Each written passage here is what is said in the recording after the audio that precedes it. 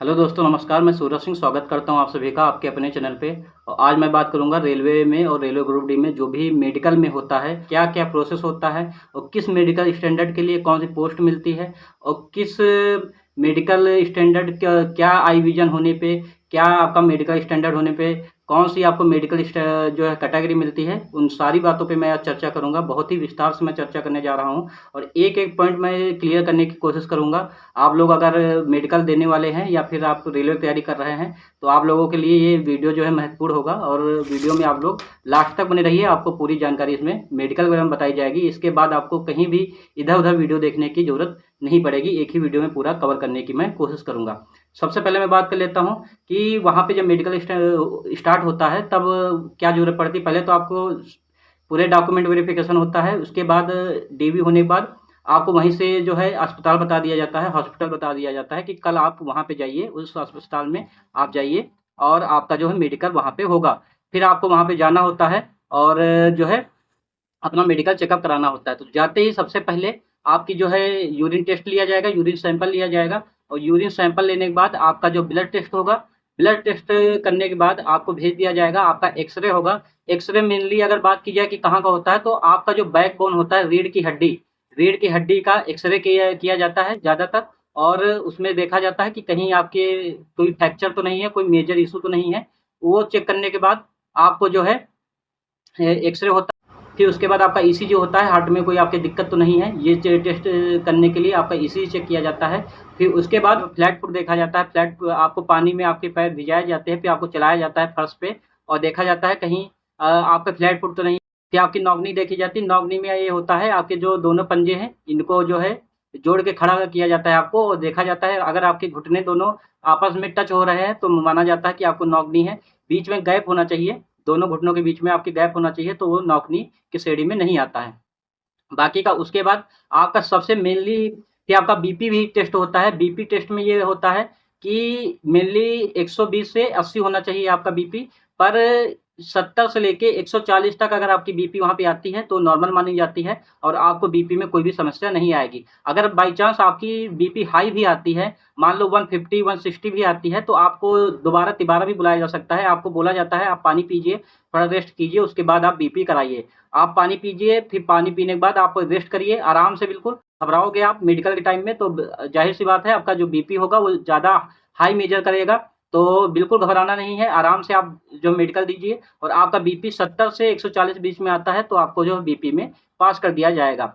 उसके बाद सबसे मेन जो रेलवे के मेडिकल में होता है वो आई साइट का होता है, आँखें तुम्हारी आपकी चेक होती है। तो आँखों में अगर आपके कोई प्रॉब्लम है, आँखों के आधार पे ही आपका जो है मेडिकल स्टैंडर्ड ज़्यादातर जो है कंसीडर किया जाता है। तो सबसे पहले इसमें जो नाइट विज़न भी चेक होता है, नियर विज़न चेक होता है, आपका जो है कलर ब्लाइंडनेस भी चेक होता है और आपकी जो आई साइट है वो भी चेक की जाती है। तो सबसे पहले तो आपको जैसा मैं दिखा रहा हूँ आपको एक बोर्ड ऐसे दिखाया जाता है व्हाइट कलर का और आपको 6 मीटर की दूरी पे बिठाया जाता है एक रूम पे। 6 मीटर को अगर फुट में बात करें तो 20 फुट के आसपास आपको बिठाया जाता है। 20 फुट के आसपास आपको दूरी पे बिठाया जाता है और 6 मीटर की दूरी होती है। फिर वहाँ पे आपको एक बोर्ड पे दिखाया जाता है और बोर्ड में जो सबसे ऊपर वाली लाइन होती है उसमें जिसमें ए लिखा होता है, अगर वो लाइन आप पढ़ लेते हैं तो आपकी मानी जाती है आईसाइट की 6/60 है। अगर आप दूसरी लाइन पढ़ने में सक्षम हैं, जो उसके जस्ट नीचे लिखी होती है ओएक्स करके आपको दिख रही होगी, तो अगर उसके नीचे वाली आप लाइन पढ़ लेते हैं तो आपका माना जाता है 6/36 आपकी आई साइट है। अगर आप तीसरी लाइन भी पढ़ लेते हैं, तीसरी लाइन होती है यूएक्सए, अगर आप वो भी लाइन पढ़ लेते हैं तो आपकी आई साइट मानी जाती है कि 6/18 आपकी आई साइट है। अगर उसके नीचे पांचवी लाइन आप पढ़ लेते हैं, पांचवी लाइन होती है HOTV, अगर ये भी आप पढ़ लेते हैं तो आपकी आई साइट 6/12 मानी जाती है, 6/12 मानी जाती है। अगर उसके नीचे भी आप लाइन पढ़ लेते हैं, छठी लाइन पढ़ लेते हैं, तो आपकी आई साइट 6/9 मानी जाती है। XUAMT जहाँ पे लिखा होता है छठी लाइन में अगर आप पढ़ पा रहे होंगे, तो छठी लाइन अगर आप वहाँ पे पढ़ लेते हैं तो आपकी आई साइट 6/9 मानी जाएगी। और सबसे लास्ट लाइन जो 7वीं लाइन होती है, अगर आप वो भी पढ़ने में कामयाब होते हैं, तो आपकी आई साइट बिल्कुल अच्छी है, बिल्कुल प्रॉपर है, बिल्कुल हेल्दी है आपकी आई और आपका जो है मेडिकल स्टैंडर्ड वो 6/6 दिया जाता है आई साइट के मामले में। तो ये रही और क्योंकि 6 मीटर की दूरी पे बिठाया जाता है, उसके बाद आपको जो है पढ़ाया जाता है, इसलिए 6/60, 6/36 ऐसे आपको मेडिकल आईसाइट के नाम दिए जाते हैं। फिर आपको जो है बोर्ड दिखाया जाता है, उसमें सी होता है, बड़े से छोटे क्रम में जो है लिखता हुआ चला जाता है। सी में ऊपर होता है, कहीं नीचे खुला होता है उसका मुंह, कहीं बाएं खुला होता है, कहीं दाएं खुला होता है। तो आपको देख के ये बताना होगा कि इसका मुंह किस तरफ खुला हुआ है। तो अगर आप ये बताने में सक्षम है तो माना जाएगा कि आपकी आई बिल्कुल हेल्दी है। फिर उसके बाद आपकी कलर ब्लाइंडनेस के लिए चेक की जाती है, आपको एक बुक दी जाती है। कई सारे बच्चे गलती ऐसी करते हैं कि जिनको कलर ब्लाइंडनेस होती है तो वो बच्चे रट के चले जाते हैं बुक। तो आप लोग ऐसी गलती मत कीजिए, क्योंकि रटने से कोई फायदा नहीं है। कभी कभी आपको नंबर भी पढ़ाता है, कभी कभी आपको जो है डायरेक्शन बतानी होती है कि ये कलर इस नोटबुक में कहाँ कहाँ गया है, आपकी उंगली रख के वो वहाँ पे टेस्ट करते हैं। अगर आप रट के गए हैं तो उसका कोई फायदा नहीं होगा। आपको जो है उसमें कभी कभी डायरेक्शन भी बताना होता है, कभी कभी नंबर भी वो पढ़वाता है, तो उनके दिमाग के ऊपर है, तो रटने का कोई फायदा नहीं है।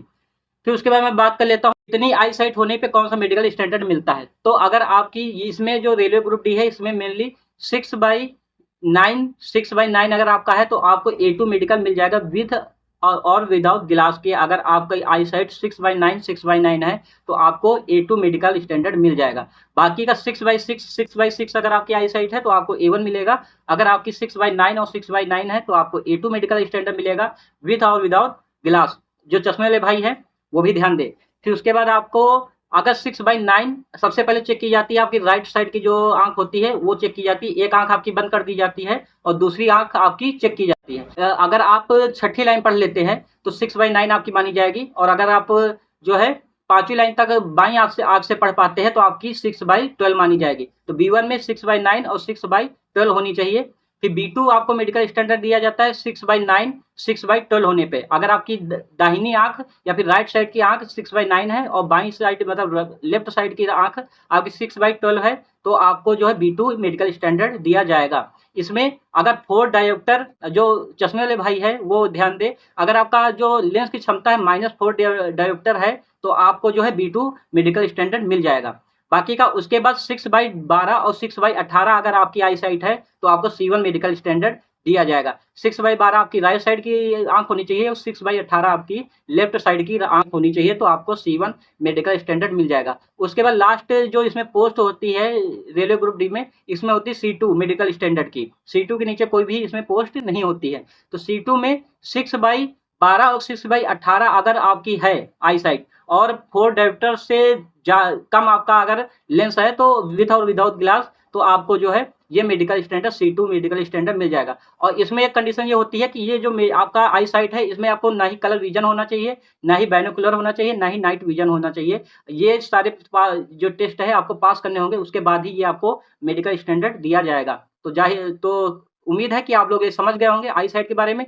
फिर मैं बात कर लेता हूँ कि नियर विजन, जो आपको मैं बता रहा था नियर विजन कैसे होता है, तो ये मैं आपको दिखा रहा हूँ नियर विजन। तो इसमें जो नंबर लिखे होते हैं ऊपर से नीचे तक, बड़े बड़े से छोटे के क्रम में होते हैं। पहले बड़ा क्रम होता है, फिर छोटे क्रम में नंबर होते हुए चले जाते हैं। और अगर आप सबसे नीचे वाली लाइन 5वीं आप पढ़ लेते हैं पास से, लगभग इतनी दूर से अगर आप पढ़ लेते हैं 5वीं लाइन, तो माना जाएगा कि आपका नियर विजन भी जो है वो कंप्लीट है, नियर विजन भी आपका सही है, तो उसमें भी आपको पास कर दिया जाएगा। उसके बाद मैं बात कर लेता हूँ कि कौन से मेडिकल स्टैंडर्ड में कौन सी पोस्ट मिलती है।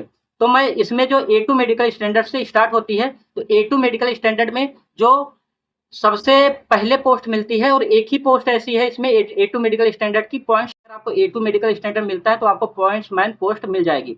फिर उसके बाद इसमें अगर आपको C1 मिलता है तो C1 में आपको वर्कशॉप मिलेगी। अगर आपको B1 मिलता है B1, तो आपको B1 में कौन कौन सी पोस्ट होती है मैं बता दूं। इसमें होती है असिस्टेंट ब्रिज होती है, असिस्टेंट कार एंड डब्ल्यू होती है। फिर इसमें B1 में होती है आपकी असिस्टेंट लोको शेड होती है। फिर B1 में होती है आपकी असिस्टेंट लोको शेड इलेक्ट्रिकल होती है। B1 में आपकी होती है सिग्नल एंड टेलीकॉम। B1 में ट्रैक मशीन भी होती है और B1 में ट्रैक मेंटेनर भी होती है। और जो है B1 में ही आपकी बहुत सारी पोस्टें होती है। B1 में असिस्टेंट TRD होती है, B1 में असिस्टेंट वर्क्स होती है, असिस्टेंट टेली एंड AC भी होती है, टेलीकॉम एंड AC भी होती है, और B1 में ही आपकी जो है सिग्नल एंड टेलीकॉम होती है। तो B1 में बहुत सारी पोस्टें आपको देखने को मिलेंगी। B1 का मतलब ये है कि अगर B1 का मतलब ये है कि अगर आपकी आई साइट 6/9 और 6/12 है तो मतलब कि अगर आप छठी लाइन पढ़ लेते हैं जो मैंने आपको बोर्ड दिखाया था तो आपको B1 मेडिकल स्टैंडर्ड मिल जाएगा और इसमें आपको 6/9 और 6/12 आपकी जो आई साइट होनी चाहिए। फिर उसके बाद B2 में आपको क्या असिस्टेंट ऑपरेशन मिलता है B2 में, और B2 में आपको जो है बस एक ही पोस्ट इसमें B2 की है, वो है असिस्टेंट ऑपरेशंस। तो मैं बात कर रहा था कि B2 मेडिकल स्टैंडर्ड में आपकी कौन-कौन सी पोस्ट मिलती है मैं बता चुका था। फिर मैं C1 में आ जाता हूँ। C1 में आपको जो सबसे पहले सबसे मेनली जो पोस्ट मिलती है वो मिलती है वर्कशॉप की, फिर असिस्टेंट डिपोट की भी C1 में मिलती है, और C1 में आपको मिलती है टेली एंड एसी की भी मिलती है वर्कशॉप में। फिर आपको C1 में मिलती है असिस्टेंट वर्क्स मिलती है वर्कशॉप में। फिर C1 में सबसे ज़्यादा लड़कों की फेवरेट ग्रुप डी में सबसे ज़्यादा फेवरेट जो कोई पोस्ट है, मैंने भी अनुभव किया है, वो हॉस्पिटल असिस्टेंट की। हॉस्पिटल असिस्टेंट जो भी आता है वो C1 मेडिकल स्टैंडर्ड में आता है। अगर आपकी C1 मेडिकल स्टैंडर्ड है तो आपको हॉस्पिटल असिस्टेंट मिल जाएगी C1 मेडिकल स्टैंडर्ड में। फिर मैं बात करता हूँ C1 कब कौन सी लाइन में होता है। C1 अगर आप चौथी लाइन तक पढ़ लेते हैं और तो आपको C1 मेडिकल स्टैंडर्ड मिल जाएगा।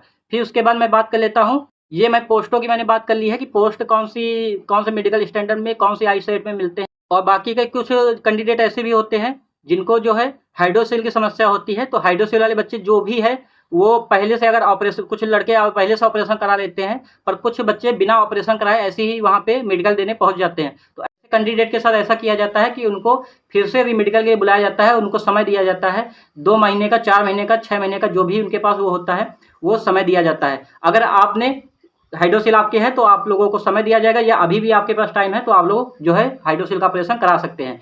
फिर कुछ बच्चे जो लेजर सर्जरी कराते हैं आँख की, तो वो वहाँ पे छुपाते हैं, पहले वो बोल देते हैं कि लेजर सर्जरी कौन-कौन से बच्चों ने कराई है। तो जो भी कैंडिडेट होते हैं अगर ईमानदारी से आपने बता दिया तो वहाँ पे कोई इशू नहीं होगा। जो भी जानकारी होगी, जितना भी आपको समय देना होगा वो दे देंगे, उसके बाद दोबारा से आपको बुलाएँगे। पर यदि आपने वहाँ पे बात छिपाने की कोशिश की कि लेजर सर्जरी मेरे नहीं हुई है, तो इस कंडीशन में आपका जो है वहाँ पे आपको फेल भी कर सकते हैं और वहाँ से आपको जो है घर जाने के लिए बोल भी सकते हैं। तो आपको छिपाने की ज़रूरत नहीं है। जो भी आपको प्रॉब्लम है तो वो आपको बता देना है, ताकि वहाँ पे बाद में पकड़े जाने पे आपके साथ कोई कार्रवाई ना कर सके वो लोग।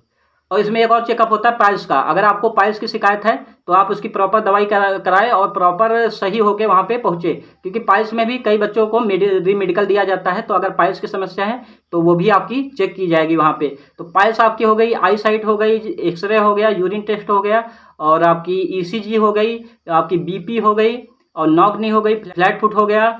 तो ये सारी जो चेकअप होते हैं मेनली यही इतने ही चेकअप होते हैं। और अगर आपके थोड़ा बहुत कहीं उंगली टेढ़ी है बहुत ज़्यादा, या कहीं बहुत ज़्यादा कट गया, बहुत ज़्यादा अगर ये समस्या है, तो आपको हो सकता है कि रीमेडिकल के लिए फिर से बुलाया जाए, या फिर आपको जो है C1 या फिर B2 मेडिकल दिया जाए। ठीक है, यहाँ पे जो ग्रुप डी होती है इसमें A2 से लेकर C1 तक मेडिकल स्टैंडर्ड अगर आपका है तो आपको कोई ना कोई पोस्ट जरूर मिल जाएगी, अगर वहाँ पे सीट वैकेंट है तो। और अगर आपका A2 है मेडिकल स्टैंडर्ड या फिर B1 है तो आपको घबराने की बिल्कुल जरूरत नहीं है, आपको 100% कोई ना कोई पोस्ट आराम से मिल जाएगी। बाकी का आप लोगों को कोई भी डाउट हो तो आप लोग मेरे कमेंट सेक्शन में आके मुझे बता सकते हैं कि इस टॉपिक में मुझे डाउट है और इस बारे में मुझे पूछना है। तो अगर आप चाहें तो मेरे टेलीग्राम जो ग्रुप है उसको भी आप ज्वाइन कर सकते हैं और हमसे सीधा संपर्क कर सकते हैं। और प्लीज़ हमारे चैनल को सब्सक्राइब करें और ज़्यादा से ज़्यादा लाइक करें, ज़्यादा से ज़्यादा शेयर करें, ताकि हमको भी एक थोड़ा सा मनोबल जो है मिले और हम आप लोगों के लिए अच्छी जानकारी, सही जानकारी आप लोगों तक पहुंचा सके। और सही जानकारी, सटीक जानकारी देने की मैंने अभी तक कोशिश की है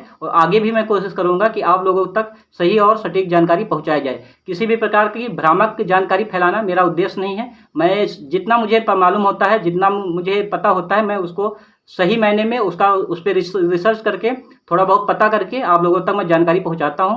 तो आप लोग भी अगर चाहे तो हमारे चैनल को सब्सक्राइब कर सकते हैं, शेयर कर सकते हैं। बाकी का कोई भी डाउट हो तो आप लोग हमसे आके डायरेक्ट टेलीग्राम पे या फिर इंस्टाग्राम आईडी मैंने जो है लिंक डाल रखा है, वहाँ पे आके आप हमसे पूछ सकते हैं।